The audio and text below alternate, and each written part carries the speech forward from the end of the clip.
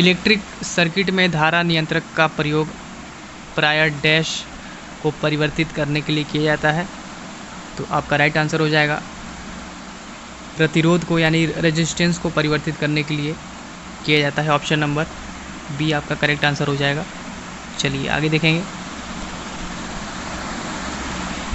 किसी पदार्थ की प्रतिरोधकता के मान से इसकी चालकता निर्धारित होती है। निम्न प्रतिरोधकता वाली धातुएं मिश्र धातु की भांति व्यवहार करती हैं, अच्छे ऊष्मारोधी की भांति व्यवहार करती हैं, सुचालक की भांति व्यवहार करती हैं या फिर अर्धचालक की भांति व्यवहार करती हैं। तो आपका करेक्ट आंसर हो जाएगा निम्न प्रतिरोधकता वाली जो धातुएं हैं वो सुचालक की भांति, ऑप्शन नंबर सी आपका करेक्ट हो जाएगा, सुचालक की भांति व्यवहार करती हैं।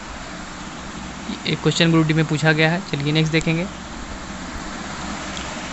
सड़कों गलियों को प्रकाशमय करने के लिए लगाए गए लैंपों को जोड़ा जाता है। तो सड़कों गलियों को प्रकाशमय करने के लिए जो लैंप लगाए जाते हैं उनको समानांतर क्रम में यानी कि पैरेलल में उनको जोड़ा जाता है। ऑप्शन नंबर बी आपका करेक्ट हो जाएगा।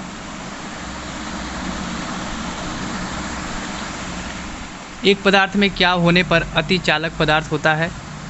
तो जिस पदार्थ में फ्री इलेक्ट्रॉनों की संख्या अधिक तथा प्रतिरोध रेजिस्टेंस कम होगा अर्थात प्रतिरोध रेजिस्टेंस 0 के बराबर होगा, वह अति चालक पदार्थ कहलाता है। तो आपका करेक्ट आंसर हो जाएगा ऑप्शन नंबर डी, प्रतिरोध का मान 0 होगा। चलिए आगे देखेंगे। निम्न में से किसमें निम्न प्रतिरोधकता होती है? आपका राइट आंसर हो जाएगा नाइक्रोम, ऑप्शन नंबर ए। चलिए आगे देखेंगे। एक कंडक्टर का प्रतिरोध सीधे अनुपातिक होता है। तो एक कंडक्टर का प्रतिरोध सीधे उसकी लंबाई के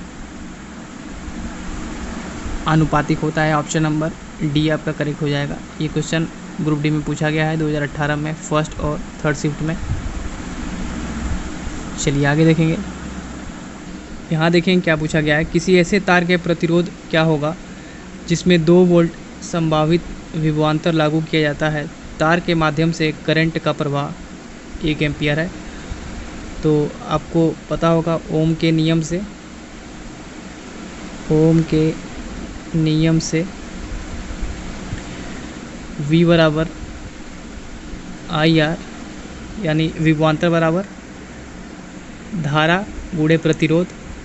तो R बराबर क्या हो जाएगा? V/I।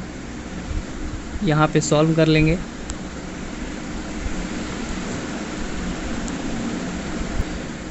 वैल्यू पुट करेंगे। विभवांतर कितना है? 2। करंट कितना है? 1। आपका कितना आ गया? 2 ओम। आपका राइट आंसर हो जाएगा ऑप्शन नंबर बी। चलिए आगे देखेंगे। एक कंडक्टर का प्रतिरोध किसके व्युत्क्रमानुपाती होता है? विद्युत जो रेजिस्टेंस है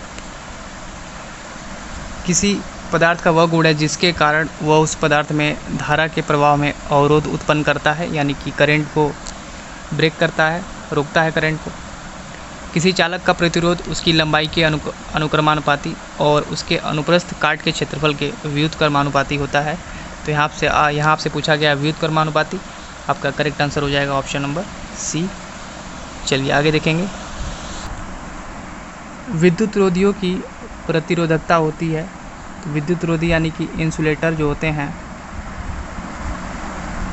वे पदार्थ होते हैं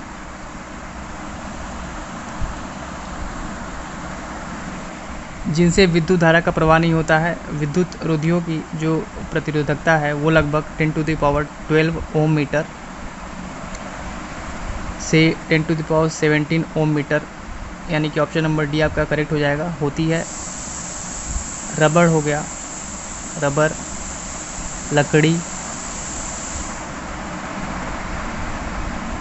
कांच, एस्बेस्टस,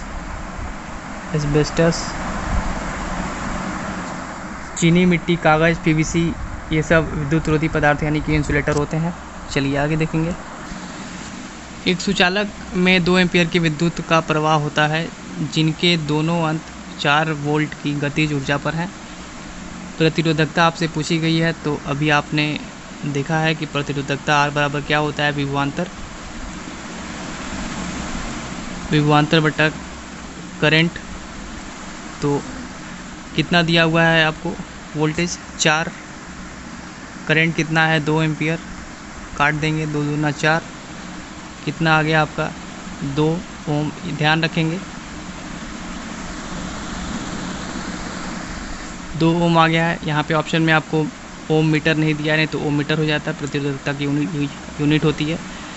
चलिए, तो आपका राइट आंसर हो जाएगा 2 ओम, ऑप्शन नंबर सी करेक्ट हो जाएगा। चलिए,